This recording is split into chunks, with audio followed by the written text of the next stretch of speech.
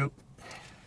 I was speaking to Darren Tomset this morning on B Wing in the I was speaking to Darren Tomset this morning in the B Wing office, and I was asking him how he was because yesterday he seemed stressed out, and he said it was all right, and he was. Oops, sorry. Start again. Forgive me, my fellow. It'd be better if I didn't knock the handle. Sure, no worries.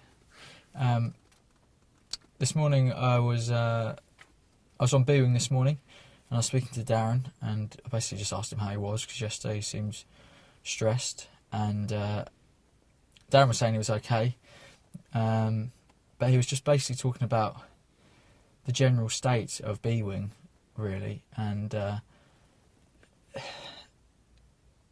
I felt a bit bad for him because you can see how passionate he is about trying to run this wing properly and install some good character basically in the detainees that the new detainees that come onto B Wing, so that then when they go onto the normal association and the normal wings, that this behaviour spreads and it's just better for the centre as a whole. And you can tell he really wants this.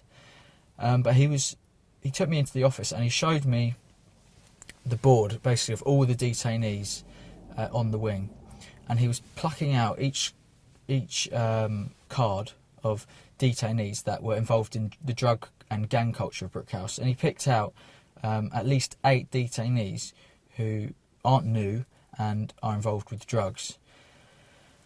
One of them is who we've already seen threatening to kill people, who we've heard from officers has spiked a 14-year-old boy with spice. One of them I saw later on and I was having a chat with in the activities office, and he was gloating to me about armed robberies and shootings and other jobs that he's pulled on the outside that have landed him in prison. And it's just, there is no wonder that Darren is so stressed and so angry and feels such despair, because what hope has Brookhouse got when on the induction wing you've got some of these really serious criminals mingling with the normal population, many of whom aren't criminals. And Darren's not a fool. He knows that these guys will learn behaviour from the guys that have been there longer than them. And he worries that when these guys go onto the normal wings, they're going to be disruptive, they're going to cause problems, and that could be avoided if a better, more disciplined example was set early on. But he just doesn't feel like it is, because he's having all these people shoved onto his induction wing.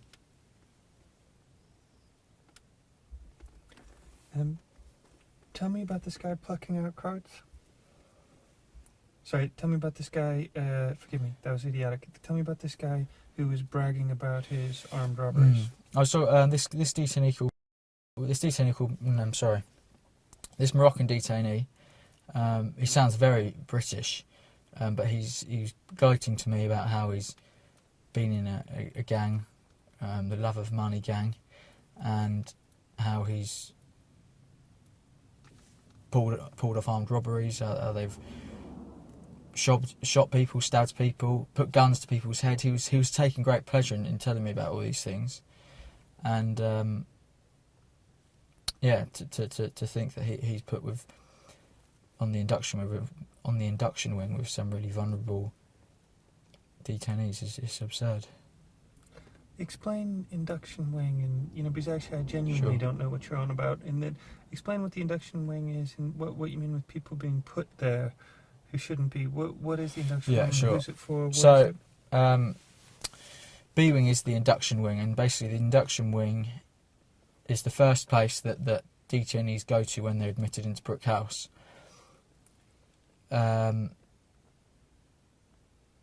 So it's just for new. It's sorry, mate. Let me try that again.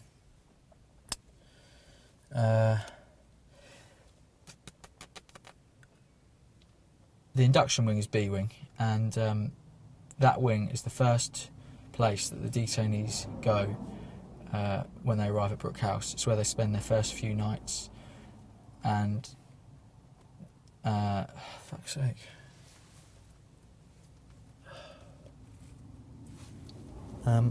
Sorry, mate. What is B wing, and is it Yeah. being used for its proper purpose? Yeah. B wing is the induction wing, and the induction wing is where detainees go for the first few nights as soon as they're admitted into the centre. And it's obviously the first few nights in detention, especially for those that have never been in prison.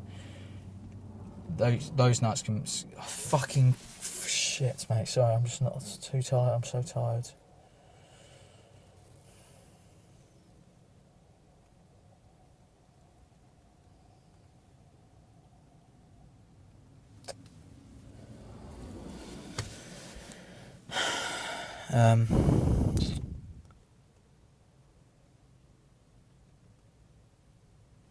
Sorry, I'll get there.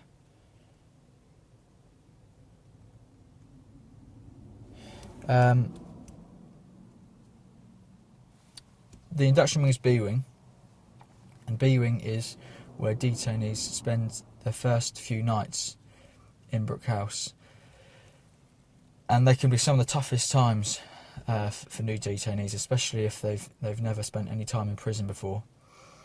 And its prime purpose is just to have that transition from the outside coming into detention. I can't do this, mate. Sorry, this is just a fucking joke. We've said that a few times. I think we've got that. The point that I was getting at, because what I don't quite get with what you were telling me before, Right. is that it sounds like you're saying there are people who aren't new to detention. Yeah. Is this their second time in detention, or are they being moved there because they're in spaces elsewhere? It's just that bit of it that I don't get.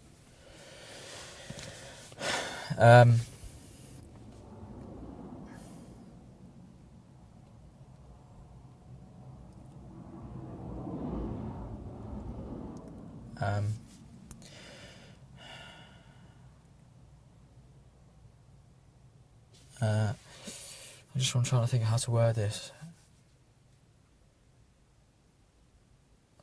The induction wing is for new detainees only, and yet Darren was showing me at least 8 detainees who have come from other wings, or who have been on the induction wing for way too long, and they're no longer new anymore. And basically there's not enough bed spaces elsewhere in the centre because they're at full capacity.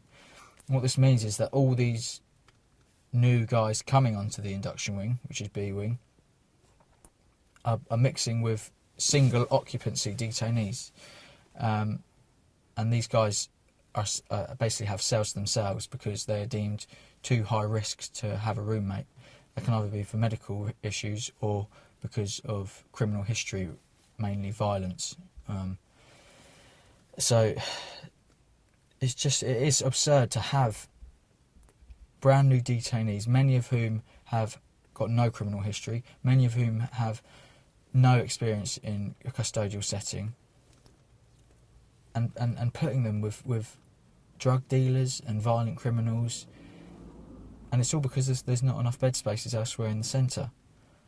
And Darren was saying to me, you can tell he's just lost hope, because he knows that these new detainees coming into the centre will look at these model detainees who have been there for a long time, and they must look at them and they must think, right, those guys are comfortable here.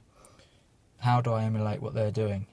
And it's just learnt behaviour. They go on to A wing, they go on to C wing, D wing, normal association, and they cause trouble. They get involved in drugs, they get involved in gangs.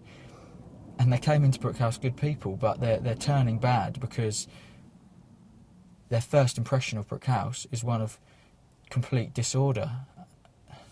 It's mad. You just think. I was just listening to Darren, and I was just thinking, how is there a chance that sorry, mate. I was listening to Darren and I was just thinking, there really isn't much hope for these guys coming into Brook House. What else today, my friend? Do you want me to try it again? I suppose the bit that I'd like to, if you could bear it, and I worry because we got more to do, but the bit that I just wonder about is actually, I just wonder whether you can make life a little simpler for yourself. Yeah. Is G4S using B-Wing for its intended purpose? Sure. Or is it being misused? Yeah. B-Wing isn't being used for its intended purpose at all. Its intended purpose is to hold the new detainees for just a few days while they get comfortable and used to being in detention. What it's actually being used for by the management of Brick House is basically an overflow wing. The other wings, A, B, fuck's sake. The other wings, A, C, D and E-Wing, are so full that they're now having to put all these other detainees who are meant to be on those wings onto B-Wing. And it's just, it's sorry, You're mate, there, we're going to man. have to move on. Oh, Yeah. Sorry, what? No, okay. Yeah, but no, so I don't want to. I want to get it. But so 'cause it's what just else pissing me today, off. man? No, please. I want to try. No, and, but it's you're 'cause busy. I mean, just- if you're gonna finish the thought, right? There's so many beds, so they're overflowing them back onto B-Wing, and what does that mean for B-Wing? Yeah, I don't even know what to say. I'm just so. I don't know why I'm so exhausted, mate. It's just ridiculous. I can't think straight. Don't We'll worry just about leave it. it. What else today?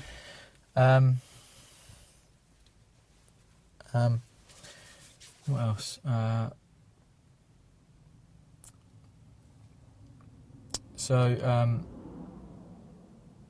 was the time? In the afternoon, I was on a toilet break from the library, and first response went off to the arts and crafts room. And I quickly go to the arts and crafts room, get there quite early, and a detainee from Jamaica is arguing with this Moroccan detainee who's being held back by staff. The Jamaican detainee quickly makes an exit, and the Moroccan is... What's up? Sorry. Go ahead. The Jamaican detainee quickly makes an exit, and the Moroccan is just livid. You can just see he's absolutely raging, and he just wants. He's trying to do anything to get to that detainee, that Jamaican detainee, and he's. I think he's holding something in his hand, maybe a weapon, and he tries to get to him, but a manager basically pulls the weapon out of his hand, and then two officers take control of both of his arms and are basically just holding him there as he's sort of shouting and trying to wriggle free. And he's very angry, he's very agitated, but the Jamaican's gone. All the detainees have been moved out of the arts and crafts room, and so this detainee only really needs to be held there until he calms down. And then in comes this manager Shane and just grabs his head and just pulls it down. It completely escalates the situation. There were a remaining couple of detainees still in the arts and crafts room. I said they had all gone, didn't I? What a fucking idiot, mate. Oh my God. Don't worry about that.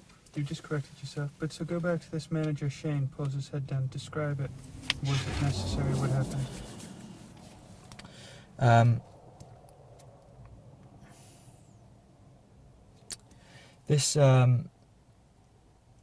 The Moroccan detainee is being held by two officers, one officer holding each arm. He's trying to wriggle free, he's clearly angry, he is aggressive, but he's in the control of the officers. He's not really posing a threat to the members of staff. The Jamaican detainee who he wants to get at is gone, so he's just venting off steam. He's just angry, and there are a couple of detainees still in the arts and crafts room, and this manager Shane just comes in and grabs his head and pulls it down. It's just a complete overreaction, completely unnecessary, and as a result, these two other detainees who are still in the room start shouting and saying, "Oh, get off him, what are you doing to him, what are you doing to him?" We managed to encourage them to leave the arts and crafts room, and this detainee, though, who has had his head just pulled down, is now really trying to fight with the officers. Now he's taken offence and he's really struggling, and the whole atmosphere has just gone up, and it becomes quite a volatile situation. In the end, he does calm down, and the manager Shane, who pulled his head down, releases control of his head and just steps back, and he does appear extremely angry, and they basically walk him to the block while they basically walk him to the block while the control room monitor the footage to try and see what actually took place.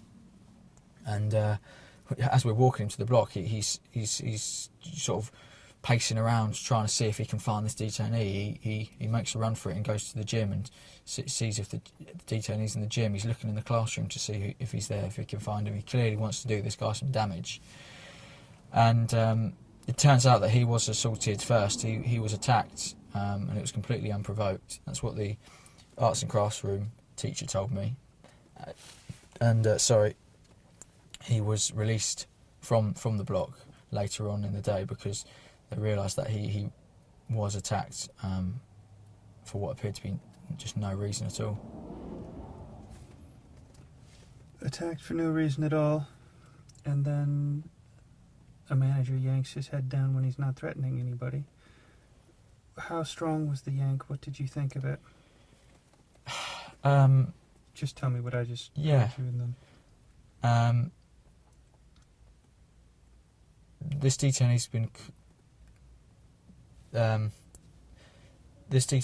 a victim of a completely unprovoked attack. He's then outraged, but he's not been threatening to the staff. You can tell he's got no qualms with the staff. He's all right with them. He's just angry and he wants to break free. But the staff have got control of his arms, and then this manager just comes in completely unnecessarily and just pulls his head down, just yanks it down.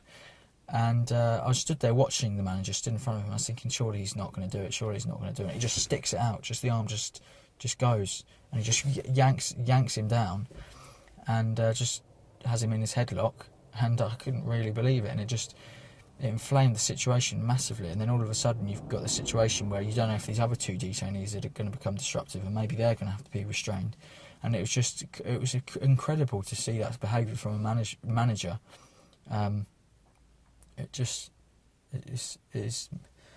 ridiculous because it puts everyone at risk. You know, this detainee's done nothing wrong. He's just been attacked for a start. So it's really not necessary to put this guy in a headlock. He's not posing a risk to the staff or anybody else at this point.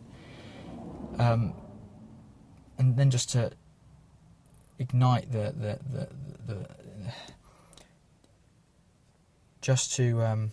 this is why I really need to carry. What does it mean that a manager's doing it? What does it tell us if managers are? Well, yeah, exactly. I mean, if managers are behaving this way, how do you expect the officers to behave? I mean, officers look up to these guys, and they're just setting a shocking example. Anything else today? Yeah.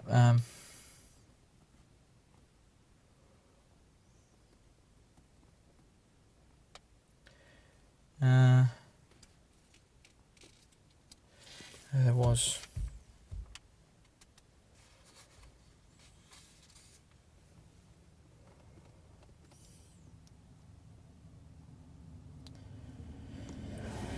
So I was in E-Wing. Oh yeah. Well, actually, I'll talk about that one first. This detainee from Kosovo, who tried to take my keys the other day, and as a result was taken to the block and threatened me and a number of staff. He expressed to the E-Wing officers that he wanted to apologise to me and make his peace with me. So I went down to E-Wing in the evening, and he did apologise. And I was showed into his cell by Derek, and he was extremely calm, extremely polite. He almost seemed a bit scared of me, and I, of course, accepted his apology. You know, I was baffled really by his sudden change of heart, and I just wonder sort of why. I thought something was a bit fishy. You know, why he suddenly was so eager to apologise to me after he literally was saying he was going to kill me to some of the E-Wing staff, and any opportunity that he was given to do me harm he was going to take. Suddenly he's pleading for my forgiveness and saying it's all a joke. And who am I to say why he feels that way? But it seemed a bit strange to me. But even so, I accepted his apology. Yeah. Anything else today?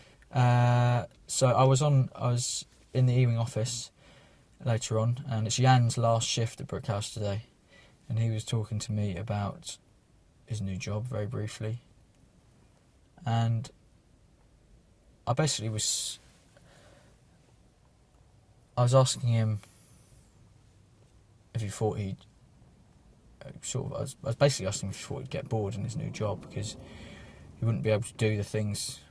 Well, yeah, sorry, I'll just go that way. It's Jan's last day today, and we're having a conversation, and he was describing to me sort of his new role with the Home Office, and he was basically saying it was very unlikely that he was going to get involved in restraints and stuff like that. And I basically asked him if he'd miss the action that he was experiencing at Brookhouse and that he used to experience at Wandsworth. And he said he had had his time and he had proved himself and that he couldn't really go on doing it much longer. And he was saying that the stuff he used to do to prisoners in Wandsworth, he said they'd break their arms and legs and saying some quite horrific stuff, really. And he was saying something sort of got to me a bit, because he was saying how he went into Wandsworth as a very young person and his morals sort of soon went out the window, and he did stuff that he didn't find, he did stuff that he knew was wrong. And I said to him, just literally out of interest more than anything, I said to him, do you feel like you've been corrupted by the prison system? And he was saying, yes, absolutely, definitely. And I look at some of these new officers who come into Brookhouse, come into these custodial environments, and clearly it happened to Jan at Wandsworth, and I'd be surprised if it didn't happen at other prison-like places. And I look at these officers that come in, and they do appear to be good people, many of them, at first at least. And they work in these impossible conditions, under extreme pressure, they work under... Sorry, let me start that a little bit again. These new officers, they're coming into Brookhouse, and many of them appear to be good people, and I'm sure so many of them are good people. But they're soon working in impossible conditions, under extreme pressure, with no support from management, totally understaffed. And then they become a person which is unrecognisable to the one that came in to Brookhouse on the first day. And they're unrecognisable because of the way they treat the detainees and the things they do and the things they say to them. And it's sad, really, because it doesn't need to be that way. It doesn't have to be like this. It's the detainees and the officers, they're fighting amongst each other.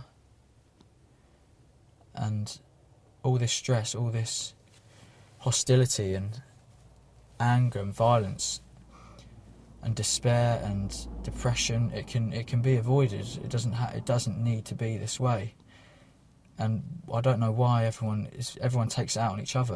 Detainees take it out on detainees, officers take it out on detainees take it out on officers, staff argue amongst themselves, and it just the only people that benefit from this are the fat cats who are making massive amount of money out of these places, and they're not fit for purpose. They're not being run properly, and it's the staff and it's the detainees who are just suffering incredibly. Like you just see it on their faces every day, and I'm sick of seeing it now. I just can't. It really hit home to me because maybe Jan wasn't the worst person when he was younger, but he's become an animal now. He's become an animal, and maybe it can be avoided. I'd like to think that a lot of the prisoners could have avoided a life of crime if the circumstances were right. And I think these officers as well, they don't have to turn into these burly old screws who go around abusing people. If the conditions are proper for the staff and for the detainees, then it can be better. It can be better for everyone. It doesn't need to be this way.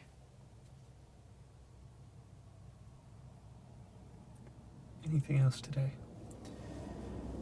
No. Describe the head lock for me one last time, particularly Sure. trying to be very precise in terms of how much force or otherwise was used. Sure. So just can you ask me to say that again, because I was actually daydreaming and I didn't listen to a single word you said. Sorry, mate. Tell me about the headlock again, Sure. Shane. Sure. How much force was used? When Shane came in and put this detail in, do you want me to say it like that, or do you want me to say it as it happened? When Shane came in and put this guy in a headlock, he used a completely excessive amount of force. It wasn't proportionate to the threat at all, and was it? But what I guess I'm wondering, Sorry, because mate. I wasn't there, mm-hmm. how hard did he grab his head? Clearly, you felt it wasn't justified. mm. But how hard was the guy's head grabbed? Would it have hurt him? Would it have not? It happened. He grabbed his head so fast and so quickly, so aggressively, that I think it would have hurt him. Yeah. Okay. Sorry, mate. Good. It's no secret at Brookhouse that I'm friendly with. Sorry, I don't want to. It's no secret in Brookhouse that I'm very friendly with the black staff and the detainees, and yet I'm being told by officers to call people niggers. I'm being told by officers that they don't like blacks. I've been told that officers are supporting EDL marches, and I'm finding this absolutely incredible. Clearly, people know I like people regardless of their colour or race or religion, and they're still quite openly. They feel quite happy to openly express racist views, and to be honest, it's just left me thinking I've got absolutely no idea to what extent the staff at Brookhouse are racist. Good. Mm-hmm. Yeah. You've got these three types of detainees in Brookhouse. You've got guys who want to leave, who aren't being deported. You've got guys who are meant to be being deported but who are frustrating their removal. And then you've just got these good guys in the middle who are working on their cases.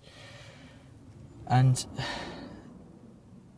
when you look at their lives in Brookhouse, healthcare aren't providing the service that they should be. The place is rampant with drug abuse and fights. There's prolific self-harm all over the centre. And it's just a sorry state of affairs. But I'll give it my best shot. Go ahead.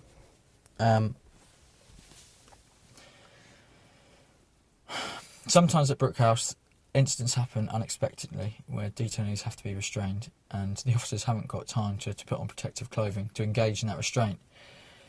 But more often than not, you can sense something's brewing. You can pretty much be sure when a big incident is going to take place.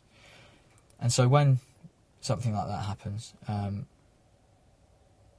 a group of officers, usually 4 per detainee, will get called up, and they'll be told to come away from their normal duties, collect riot kit, get changed and wait somewhere. They could be waiting for hours, they could just be waiting for half an hour.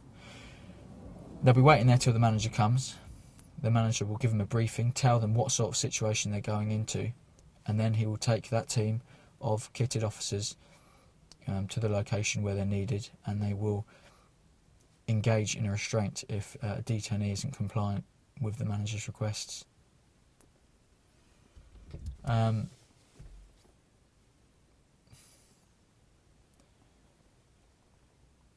do I word this? Just trying to talk about it with me.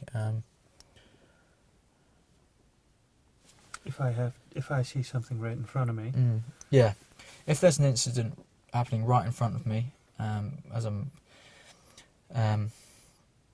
if there's an incident happening right in front of me as I go about my normal duties, then I'll have to deal with it there and then. I won't have time to plan or think a great deal about what I'm going into. But there are occasions, namely when people are being moved, transferred, taken to the block, when we know we're going to be going into a very volatile and potentially dangerous situation. And on those occasions, I get called up and pulled away from my normal duties and told to get riot kit. And I collect the riot kit and I go and wait somewhere. I could be waiting for hours. At some point, a manager will come along and he'll tell me and 3 other officers, because it's 4 officers that are needed in riot kit for each detainee, what we're going into, basically, the history of the detainee, why he's being moved, and what's expected of us. And then we'll be taken to the location where we'll be needed to engage in the restraint, and if the detainee isn't compliant, then we will have to go in and restrain him. Some of the officers in Brookhouse are incredible, despite sorry mate,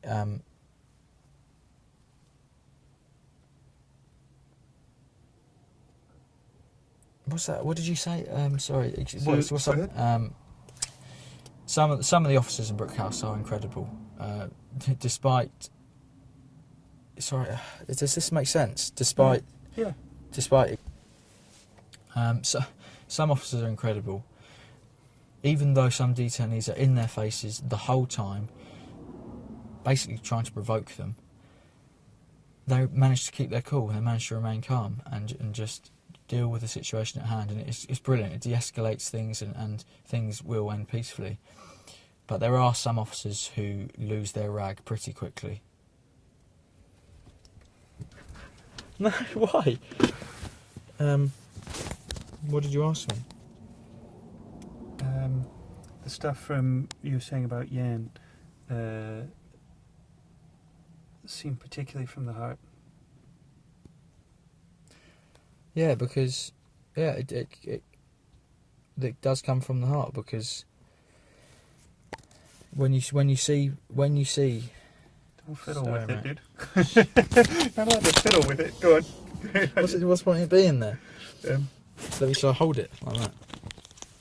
Alright, go ahead. Yeah, no, it comes when I think about